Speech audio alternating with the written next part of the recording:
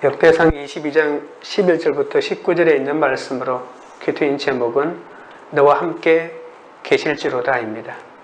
다윗의 인구조사로 백성이 전염병으로 죽어갈 때 다윗이 오르난의 타작마당에서 번제와 화목제를 드리자 하나님의 진노가 멈추었습니다. 다윗은 회개와 제사함과 회복이 있는 그 터에 하나님의 성전을 건축하고자 많은 철과 녹과 백향목을 준비합니다. 그리고 아들 솔로몬에게 많은 피를 흘린 자기 대신 여호와를 위하여 성전을 건축하기를 간곡히 당부합니다. 우리의 성전이 건축되는 터도 회개와 제사함과 회복이 있는 곳이어야만 하는 거죠. 우리는 그 터 위에서 돌같이 굳어진 마음을 다듬고 철같이 강팍한 마음을 회개하며 성전을 지어가야 합니다. 다윗이 성전 건축 사업을 솔로몬 아들에게 물려주었듯이 부모는 자녀가 말씀 따라 성전을 건축할 수 있도록 오히려 부모 자신의 교만했던 자신의 죄를 들려주며 그 죄를 사해 주신 하나님을 증거하는 기회로 삼아야 합니다. 오늘은 아버지 다윗이 어제 큐티 본문과 이어서 솔로몬을 격려하면서 성전 건축을 독려하고 있는 장면입니다. 첫째는 솔로몬을 향한 축복입니다. 11절입니다. 이제 내 아들아, 여호와께서 너와 함께 계시기를 원하며 내가 형통하여 여호와께서 내게 대하여 말씀하신 대로 내 하나님 여호와의 성전을 건축하며 재물과 권력, 세상 지식이 있다고 형통한 삶을 사는 것이 아닙니다. 세상은 더 가지면 형통해진다고 말하지만 성경은 형통의 방법을 전혀 다르게 말하고 있습니다.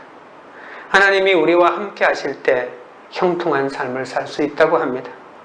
다윗은 자기 힘으로는 삶의 고난을 해결할 수 없음을 처절하게 깨달은 사람 아닙니까? 시편에 다윗의 일생이 소개된 시편이 많이 있는 것처럼 다윗 같은 고난을 당한 사람이 없고 다윗같이 인간이 당할 수 있는 많은 역경을 그대로 간직하고 있는 인간이 없습니다. 그래서 우리가 시편을 이해할 때 이 다윗의 인생을 기억하며 적용하며 읽으면 제대로 읽을 수 있다고 생각할 만큼 이 다윗의 인생은 파란만장이었습니다.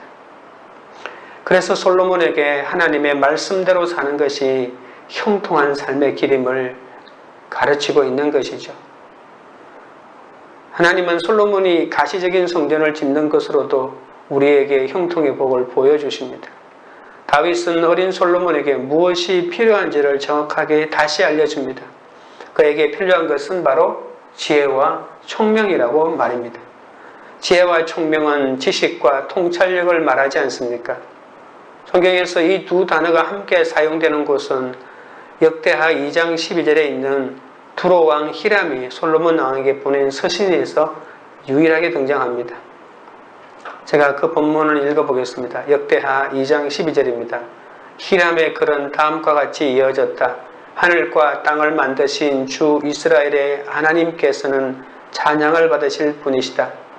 그분은 다윗 왕에게 명철과 총명을 고루 갖춘 슬기로운 아들을 주셔서 주님께 성전을 지어 바치게 하시고 자신의 왕국을 위하여 궁전을 짓게 하셨습니다. 히람은 아버지 다윗이 아들 솔로몬에게 빌어준 축복이 하나도 빠짐없이 솔로몬의 삶에 성취되었음을 확인했던 것이죠. 12절입니다. 여호와께서 내게 지혜와 총명을 주사 내게 이스라엘을 다스리게 하시고 내 하나님 여호와의 율법을 지키게 하시기를 더욱 원하노라. 그러면 솔로몬은 이 지혜와 총명으로 무엇을 해야 할까요? 다윗은 두 가지 권면을 합니다. 먼저 이 지혜와 총명으로 백성들을 다스리라고 합니다. 이스라엘이 한 국가로 자리 잡아감에 따라서 인구도 늘어나고 그리고 통치자가 해결해야 할 많은 문제가 생겼습니다. 그래서 다윗은 솔로몬에게 하나님이 주신 지혜와 총명으로 이스라엘을 바르게 통치해 나갈 것을 권면합니다.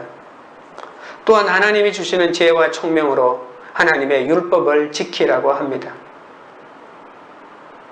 내게 주신 지혜와 총명은 내가 이 땅에서 더 많은 재물과 지위와 권력을 얻으라고 주신 것이 아니라 율법을 더 잘 지키라고 주신 것이라고 하는 말씀이 의미심장하지 않습니까? 하나님이 주신 은사는 하나님의 말씀을 깨닫고 순종하는 일에 사용해야 합니다. 그 많은 은사를 받고 그 많은 지혜를 얻고 그 많은 총명으로 하나님의 말씀을 순종하기는커녕 거부하고 반대로 간다면 그것이 어찌 하나님의 은사요 하나님의 선물이 될 수 있겠습니까? 나를 죽이는 독이 아니겠습니까? 이스라엘의 왕은 열방의 왕과는 달리 온 백성들에게 믿음의 모범이 되어야 합니다. 신명기 17장에도 병마를 많이 두지 말라고 합니다. 그리고 아내를 많이 두지 말라고 합니다. 그리고 늘 하나님의 말씀을 등사하여 내 곁에 두고 그 말씀을 묵상해라고 합니다. 왜 하나님의 말씀을 묵상하라고 하냐면 교만하여지지 않고 좌로나 우로나 치우치지 않기 때문에 늘 말씀을 묵상하라고. 그래서 통치의 가장 근본 또 하나님의 말씀을 아는 것이라고 말합니다. 그리고 모든 지혜의 근원인 하나님의 말씀을 더 깊이 깨달을수록 더 많은 지혜와 총명을 얻게 된다는 것도 당부하는 것이죠. 13절입니다. 그때에 내가 만일 여호와께서 모세를 통하여 이스라엘에게 명령하신 모든 규례와 법도를 삼가 행하면 형통하리니 강하고 담대하여 두려워하지 말고 놀라지 말지어다. 다윗이 솔로몬을 권면하는 것이 마치 모세가 여호수아를 권면하는 것과 같지 않습니까? 모세와 다윗이 가장 사모했던 일은 하나님이 허락하지 않으셔서 할 수 없었다는 공통점이 있죠.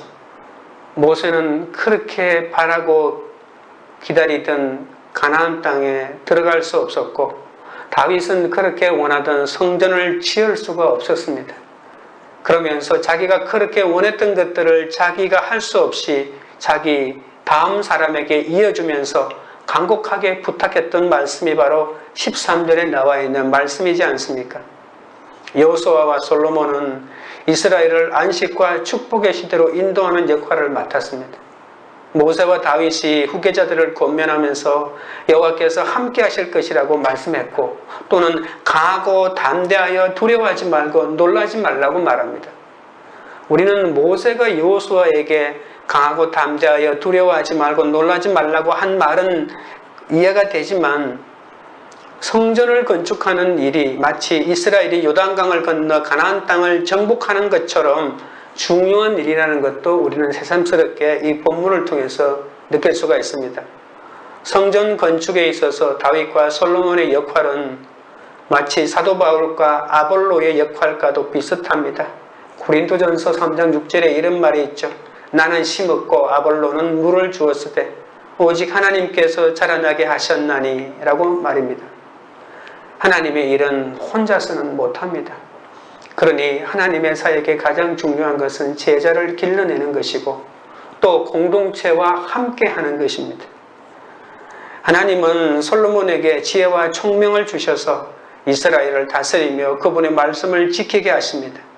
이렇게 성도는 하나님의 말씀대로 외적이고 내적인 성전을 지어갈 때 진정한 하나님의 복을 누릴 수가 있습니다.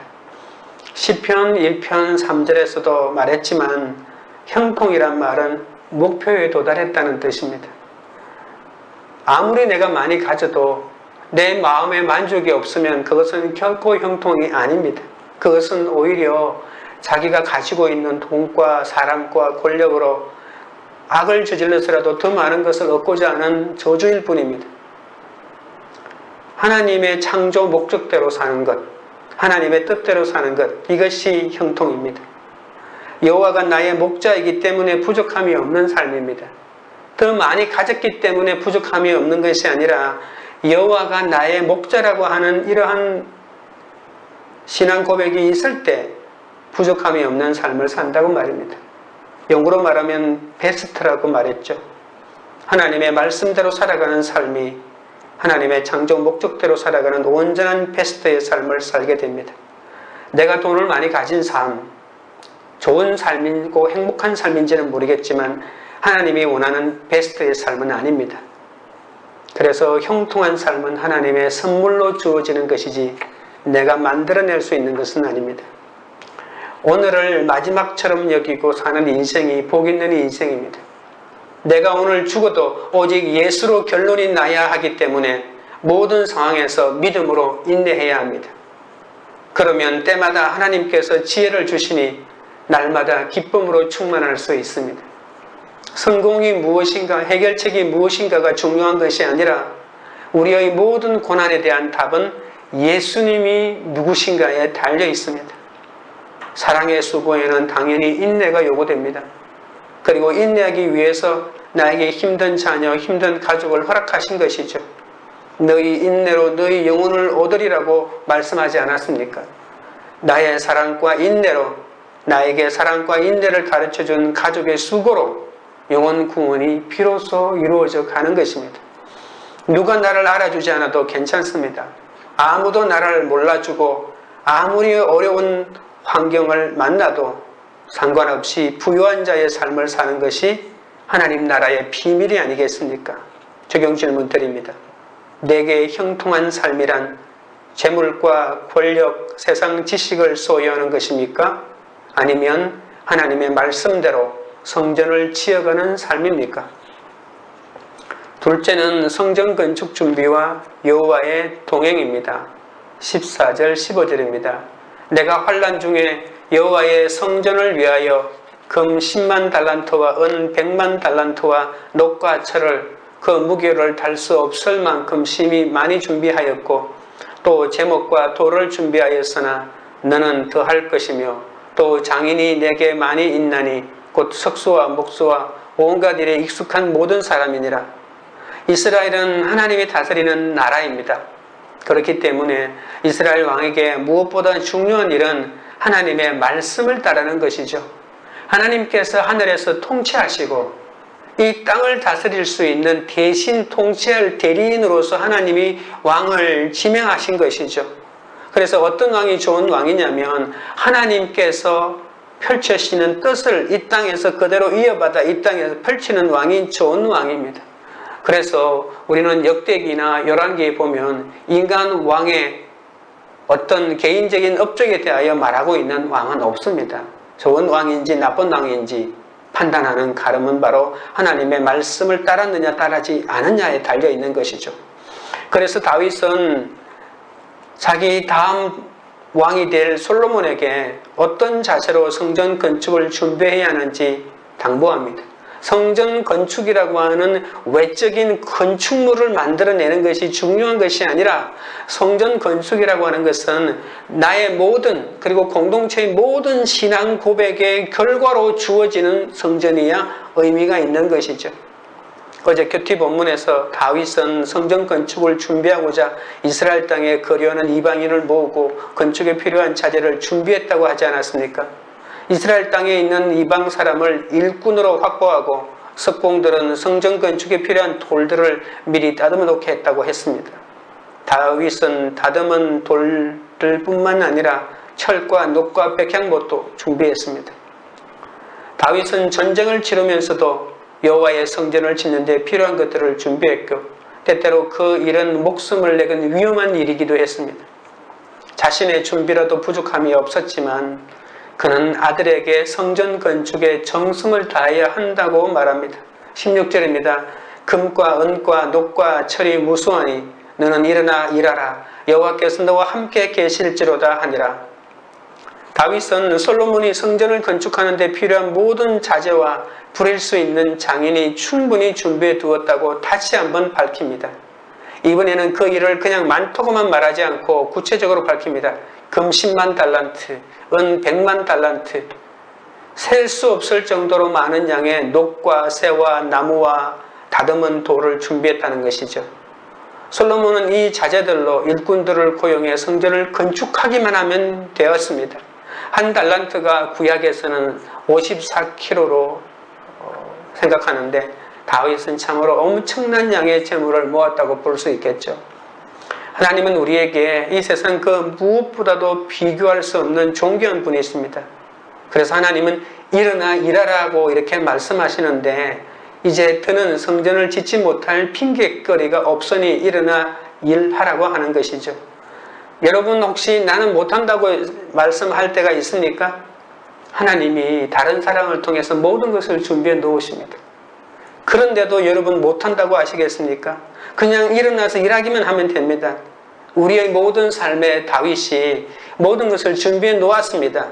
나는 그냥 아무것도 없이 솔로몬같이 준비해 놓은 것들을 순종하기만 하면 됩니다. 그런데 그것이 그렇게 어렵습니까?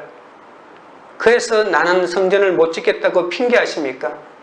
내 힘으로 짓는 것이 아니고 내 능력으로 짓는 것이 아니고 하나님이 다윗을 통해서 준비하신 것처럼 하나님이 이미 준비해 놓으시고 우리의 영안이 열리면 그 준비해 놓은 것이 눈에 보이는 것이죠.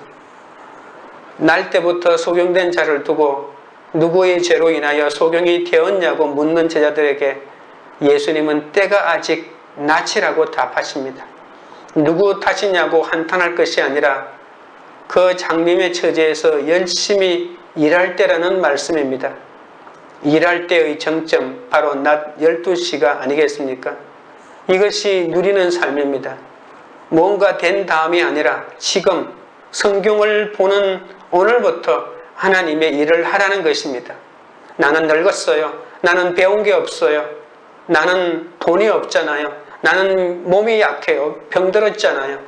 이렇게 변명하지 말고 지금까지 고생한 것으로 힘든 다른 사람을 도우라는 것입니다. 다른 사람에게 복음을 전하려면 되게 엄청나게 똑똑한 아들이 있고 돈 잘 버는 남편이 있고 똑똑한 지식이 있어야 된다고 생각하십니까? 내가 당한 고난, 그것을 말씀으로 해석하여 하나님에게 어떻게 이렇게 이끌려 왔는지 그것을 말씀하면 되지 않겠습니까? 내가 고생한 것으로 다른 힘든 사람을 도울 수 있습니다. 하나님 나라의 확장을 위해 나를 사용하시겠다고 하나님이 그렇게 원하시는데 왜 나는 세상 기준으로 나를 판단하면서 나는 아무것도 할 수 없다고만 하십니까? 하나님은 똑똑한 사람, 재능 있는 사람이 아니라 넘어질 때마다 힘써 일어나는 사람들에게 더 많은 것을 주십니다. 믿음의 덕을 주시고 덕에 지식을 주시고 지식에 절제를 주시고 절제에 인내를 공급하지 않으십니까?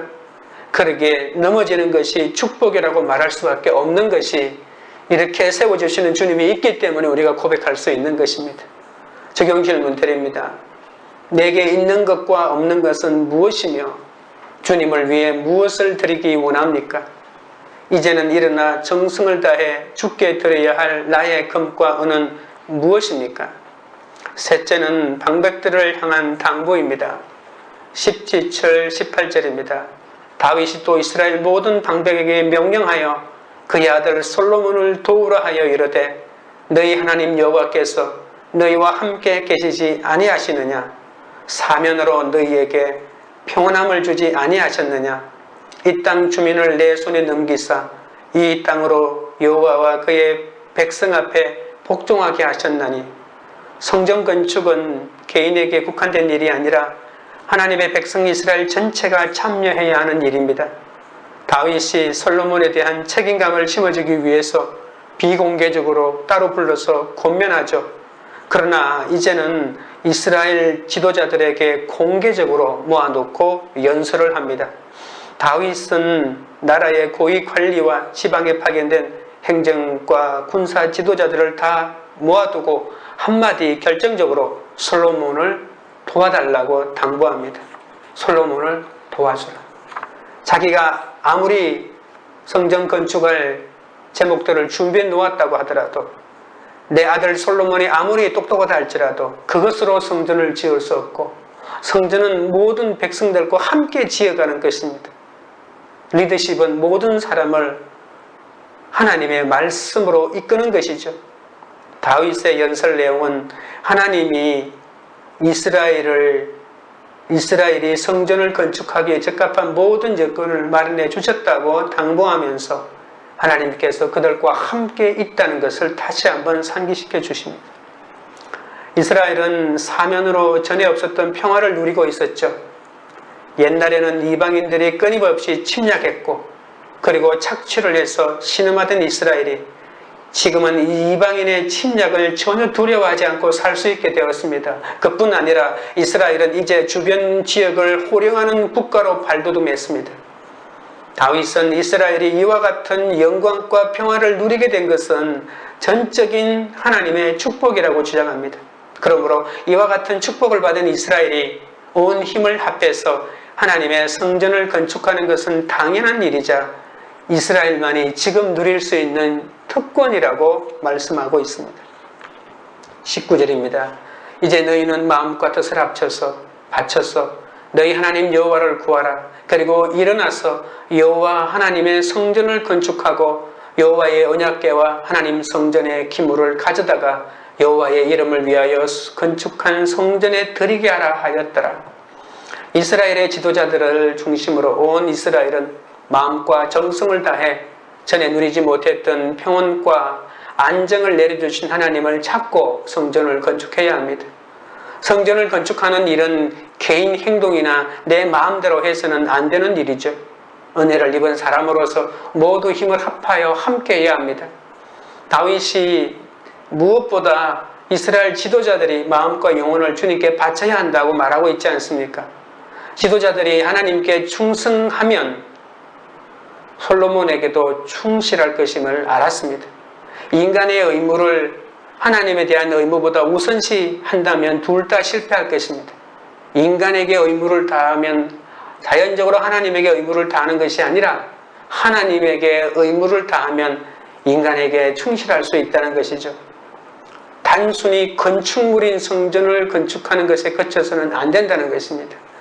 그곳에 하나님의 법궤도 두고 성소에 있는 모든 기구들이 영원히 안치될 수 있도록 하나님의 임재가 상징하는 장소가 아니라 진짜 하나님이 임재하는 곳이 될 수 있도록 모든 백성들이 마음을 합쳐야 한다는 것입니다. 하나님이 여기 계시다고 그냥 상징적으로 기념하는 장소가 아니지 않습니까?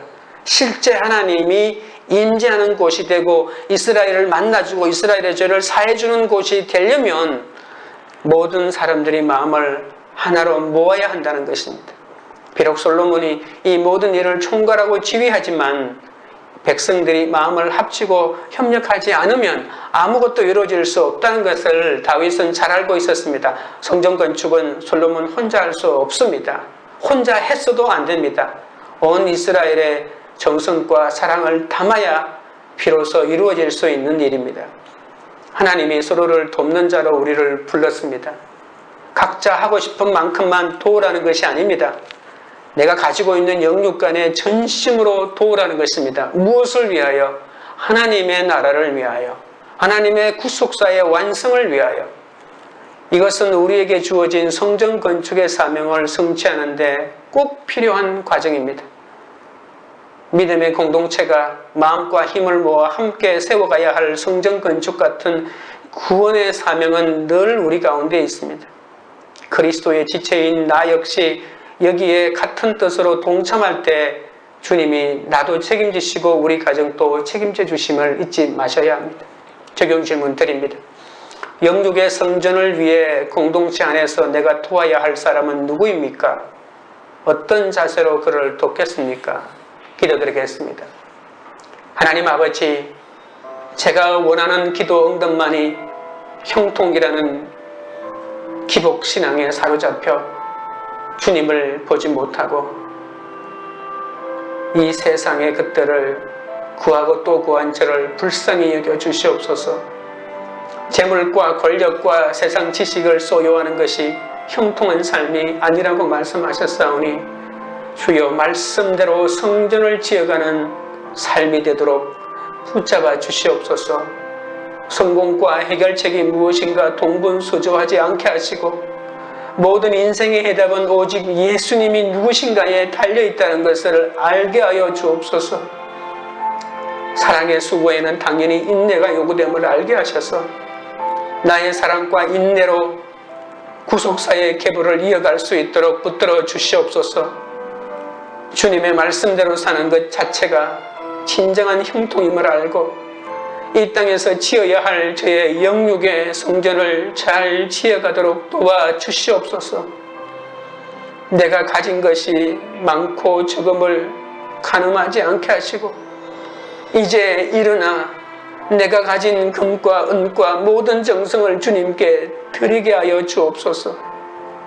하나님은 오늘도 성전을 지으라고 돕는 자로서 마음과 뜻을 주님에게 바쳐 내게 맡겨주신 사명을 충실히 감당하라고 하시니 감사드립니다. 영육의 성전을 위해 공동체 안에서 내가 도와야 할 사람을 품게 하시고 내가 돕고 도움을 받고 이렇게 서로 도와주면서 한 마음이 되어 이 땅에 하나님의 교회를 세워가시는 것임을 알게 하여 주옵소서. 광교 우리들 교회가 누가 나를 알아주지 않고 아무도 나를 몰라주고 아무리 어려운 환경 속에 놓인다 하더라도 부유한 삶을 살아가는 하나님의 비밀을 간직한 그런 공동체가 되게 하여 주시옵소서. 우리는 세상에 속하지 않고 오직 하나님께 속하여 있사오니 믿음의 공동체가 마음과 힘을 모아 함께 하나님의 성전을 세워가는 공동체가 되게 하옵소서. 우리들이 다 함께 일어나 이 사명을 열방까지 감당하도록 인도하여 주시옵소서. 예수님의 이름으로 기도드립니다. 아멘.